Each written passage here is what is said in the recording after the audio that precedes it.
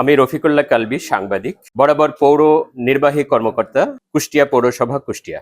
বিষয়: সংক্রামক রোগ, ডায়াবেটিস, হৃদরোগ, স্ট্রোক, ক্যান্সার প্রতিরোধে জনসাধারণের শরীরচর্চা নিশ্চিতে কুষ্টিয়া পৌরসভার বাৎসরিক বাজেটে খেলার মাঠ, পার্ক, খোলা জায়গা রক্ষণাবেক্ষণ বিষয়ে বাজেট বরাদ্দ রাখা প্রসঙ্গে জনাব, উপযুক্ত বিষয়ের প্রতি আপনার সদয় দৃষ্টি আকর্ষণ করে জানানো যাচ্ছে যে নিকুশিমাজ সমাজ কল্যাণ প্রতিষ্ঠান দীর্ঘদিন ধরে বিভিন্ন কার্যক্রম যেমন প্রশিক্ষণ, স্বাস্থ্য শিক্ষা, নারীর ক্ষমতায়ন, তামাক নিয়ন্ত্রণ আইন বাস্তবায়ন, সচেতনতা সৃষ্টি, কৃষিতে নারীর ভূমিকা, পরিবেশ, নারী উদ্যোক্তা তৈরি, নিরাপদ খাদ্য ও অসংক্রামক রোগ প্রতিরোধে সচেতনতামূলক কার্যক্রম করে আসছে। এরই ধারাবাহিকতায় অসংক্রামক রোগ প্রতিরোধে শরীরচর্চা নিশ্চিতে করণীয় অ্যাডভোকেন্সি কার্যক্রমের উদ্যোগ নিয়েছে। পৌরসভা এলাকায় মাঠ, পার্ক, খোলা জায়গা ক্রমাগত নগরায়নের ফলে বিভিন্নভাবে দখল হয়ে যাচ্ছে। কমে যাচ্ছে খেলার মাঠ, পার্ক এবং খোলা জায়গা।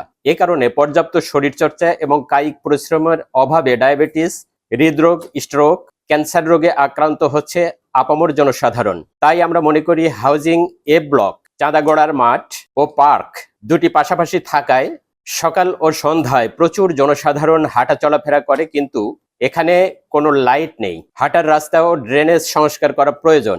স্থানীয় জনসাধারণের শরীরচর্চায় উদ্বুদ্ধ করতে এই মাঠটি সংস্কারের প্রয়োজন। পৌরসভার বাৎসরিক বাজেটে এই মাঠ দুটি সংস্কার ও রক্ষণাবেক্ষণ করার জন্য বাজেট বরাদ্দ রাখার আকুল আবেদন জানাচ্ছি।